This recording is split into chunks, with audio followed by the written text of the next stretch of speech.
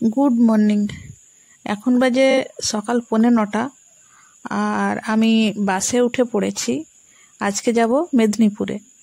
তো একটা ছোট্ট কাজ আছে, তাই আজকে আর গাড়িতে গেলাম না, আজকে বাসেই যাচ্ছি।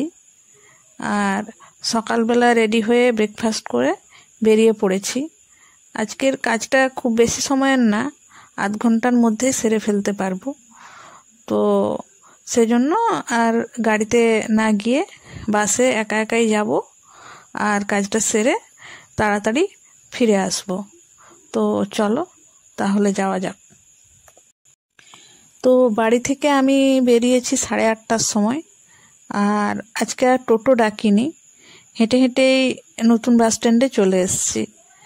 তো আমার বাড়ি থেকে নতুন বাস স্ট্যান্ডের দূরত্ব খুব বেশি নয়, হেঁটে ওই 10 মিনিট মতো সময় লাগলো। তো আবার টোটো ডাকবো, ফোন করার পর আসতে আবার অনেকটা টাইম লাগবে।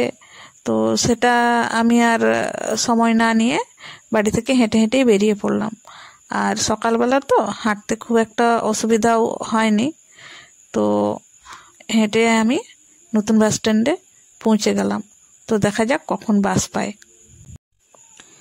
তো বাসটা ছাড়লো 9:15 সময়। আর এখন এই যে বাস চলতে শুরু করেছে। আর বাস ছাড়ার কথা ছিল 9:05, কিন্তু 9:15 ছাড়লো। তো 8:30টার মধ্যেই পৌঁছে যাবে মেদিনীপুরে।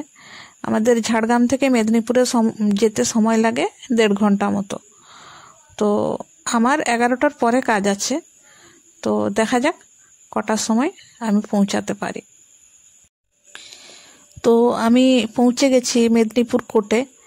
কেরানীতলাতে বাস থেকে নামলাম, তারপরে ওখান থেকে অটো করে আর চলে এলাম জজ কোর্টে।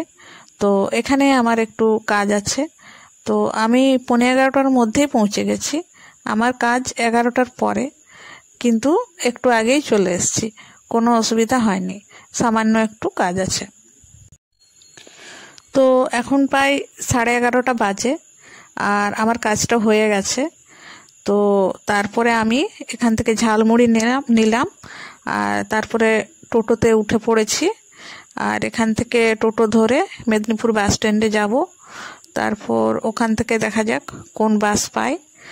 আর আজকে আর কোনো কাজ নেই, এখন বাস ধরবো আর সোজা বাড়ি ফিরবো। তো চলো দেখা যাক কতক্ষণে বাস স্ট্যান্ডে পৌঁছায়। তো বাস স্ট্যান্ডে পৌঁছে আমি বাসে উঠেও পড়েছি। আর টোটোটা আমাকে বেশ কিছুটা আগেই নামিয়ে দিয়েছিল বাস স্ট্যান্ড থেকে। তো ওখান থেকে আমাকে হেঁটে আসতে হলো, কারণ ওটা কারো রিজার্ভ টোটো ছিল, আমি সেটাতেই উঠেছিলাম, তাই আমাকে একটু আগেই নামিয়ে দিল। আর এখান থেকে আমি একটা ফ্রুটি নিয়ে নিলাম। তো তারপরে যে বাসে এসছি আমি সকালে, সেই বাসে আবার পেয়ে গেছি, ওটাতেই।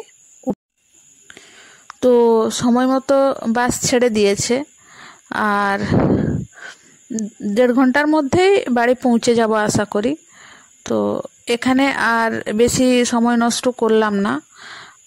তো যে ঝালমুড়ি আর ফ্রুটি কিনে নিয়েছি, ওগুলো এই যেতে যেতেই খেয়ে নেব, তাহলেই হবে। আর আজকে তো আর সেরকম অন্য কোনো কাজ নেই, তো যত তাড়াতাড়ি বাড়ি ফিরে যাওয়া যায় ততটাই ভালো। তো চলো তাহলে যাওয়া যাক। তো ঝাড়গ্রামে পৌঁছে গেছি, সময় মতোই ঠিকঠাক পৌঁছেছি। কিন্তু ঝাড়গ্রামে ঢোকার পর থেকেই দেখছিলাম যে খুব জ্যাম, তখন বুঝতে পারিনি কিসের জন্য জ্যাম।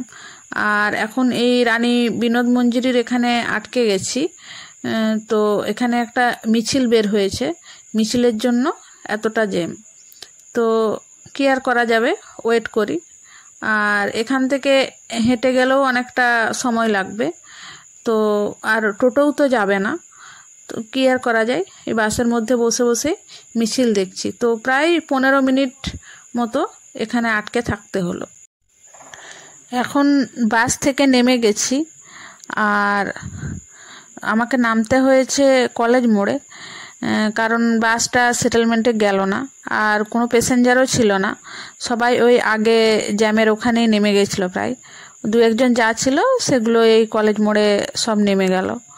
তো এখান থেকে আমি হেঁটে হেঁটে যাব, কারণ এখানে টোটো খুব একটা পাওয়া যায় না, আর যেহেতু দুপুরের টাইম সেহেতু তো আবার পাওয়াই যাবে না। তো কি আর করা যাবে, হেঁটে হেঁটেই বাড়ি ফিরছি। তো আজকের মতো ভিডিওটা এটুকু পর্যন্তই, দেখা হবে পরবর্তী এক নতুন ভিডিও।